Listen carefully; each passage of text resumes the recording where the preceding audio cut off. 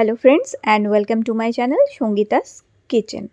তো বন্ধুরা, আমরা যখনই শাক রান্না করি আমরা হয়তো শাকটা একটু ফোড়ন দিয়ে শুধুই রান্না করে নিই।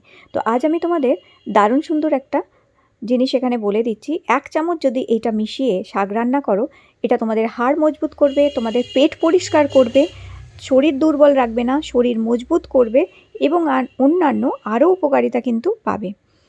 তো এখানে দেখো আমি পালং শাক নিয়েছি। পালং শাক পাতা ভালো করে ধুয়ে পরিষ্কার করে নিয়ে পালং শাকগুলোকে আমি রাফলি কুচিয়ে নিচ্ছি। তোমরা এখানে যে কোনো শাক নিতে পারো, তোমাদের পছন্দের যে কোনো শাক নিতে পারো। এছাড়াও তোমরা 2-3 রকমের শাকও কিন্তু একসাথে মিশিয়েও রান্না করতে পারো। আর তার মধ্যে 1 চামচ আজকের যেটা আমি বলে দিচ্ছি সেটা যদি মিশিয়ে নাও, শাকের কিন্তু উপকারিতা আরও 4 গুণ বেড়ে যাবে। তো দেখো পালং শাকগুলো আমি এখানে রাফলি কুচিয়ে নিলাম। তো কুচিয়ে শাক এরকমভাবে আগে ধুয়ে নেবে। শাক সবসময় ধুয়ে আগে পরিষ্কার করে নিয়ে তারপরেই কুচানো উচিত। কুচানো শাক ধুলে কিন্তু তার উপকারিতা চলে যায়। তাই সবসময় গোটা শাক আগে ধুয়ে তারপরেই কিন্তু সেই শাক কুচোবে। তো আমার দেখো এখানে পালং শাক কুচোনো হয়ে গেছে। আর একটা কথা বলি, আজকের তৈরি এই জিনিসটা তোমরা অনেক দিন ধরে রেখে দিয়েও ব্যবহার করতে পারবে। তো এটার জন্য তোমাদের লাগবে দেখো এখানে সাদা তিল। আমি নিয়েছি এখানে 1 চামচ সাদা তিল। সাদা তিল হাড় মজবুত করতে সাহায্য করে। সাদা তিলের মধ্যে প্রচুর ক্যালসিয়াম পাওয়া যায়। এরপরে নিয়েছি 1 চামচ পোস্ত। পোস্তও একই জিনিস, হাড় মজবুত করে। আমাদের গাঁঠের ব্যথা যেটা হয় কিংবা জয়েন্ট পেন যেটা হয় সেগুলোতে রক্ষা করে। এখানে নিয়েছি এরপরে 1 চামচ গোবিন্দভোগ চাল।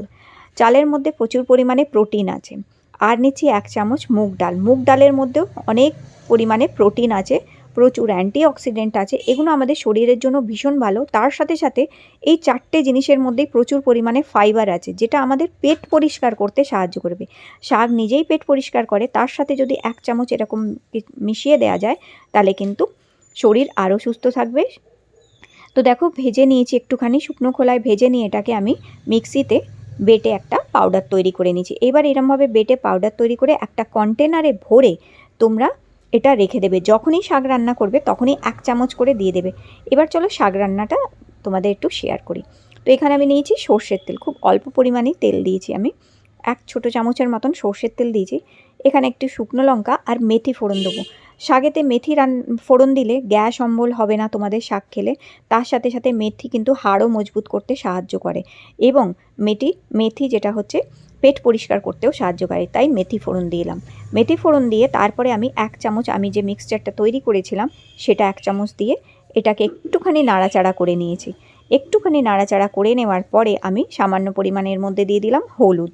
দিয়ে হলুদটা একটুখানি ভেজে নিচ্ছি আমি, যাতে হলুদের কাঁচা গন্ধটা চলে যায়। একটু ভাজা হয়ে যাবার পরে এরপরে কুচনো শাকটা আমি দিয়ে দিচ্ছি।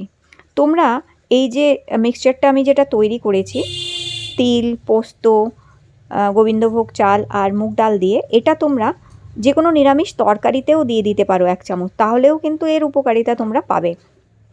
তো এইভাবে শাকের মধ্যে দিয়ে শাকটা আমি এবার ভালো করে দেখো নাড়াচাড়া করে নিচ্ছি।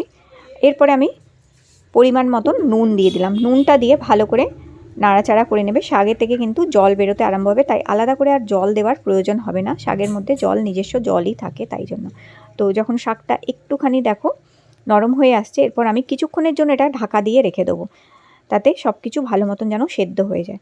তো দেখো কিছুক্ষণ ঢাকা দেওয়ার পরে এটা খুব সুন্দর নরম হয়ে গেছে। এই শাক ভাতে মেখে খেতেও সুবিধা হয়, তার সাথে সাথে এটা পেট পরিষ্কার করতে সাহায্য করবে তোমাদের। এরপরে একটু স্বাদ মতন চিনি দিলাম। চিনি তোমরা ইচ্ছা মতন যারা দিতে চাও দেবে, যারা না দিতে চাও চিনিটা স্কিপ করতে পারো কিন্তু। ব্যাস আমার রেডি হয়ে গেছে। এইবার নামানোর সময় অবশ্যই অল্প পরিমাণে একটু ঘি দেবে। ঘিয়ের অনেক উপকারিতা আছে। ঘিও আমাদের হাড় মজবুত করে, আমাদের জয়েন্টসগুলোকে ভালো রাখে। জয়েন্ট পেন হতে যেটা হয় জয়েন্ট পেন হয় না, এবং ঘি কিন্তু গ্লেজ বাড়াতেও সাহায্য করে। ঘিয়ের কিন্তু অনেক উপকারিতা আছে, তাই সামান্য পরিমাণে একটু ঘি দিয়ে দেবে। ব্যাস রেডি হয়ে গেল আমাদের একটা উপকারী শাক রান্না।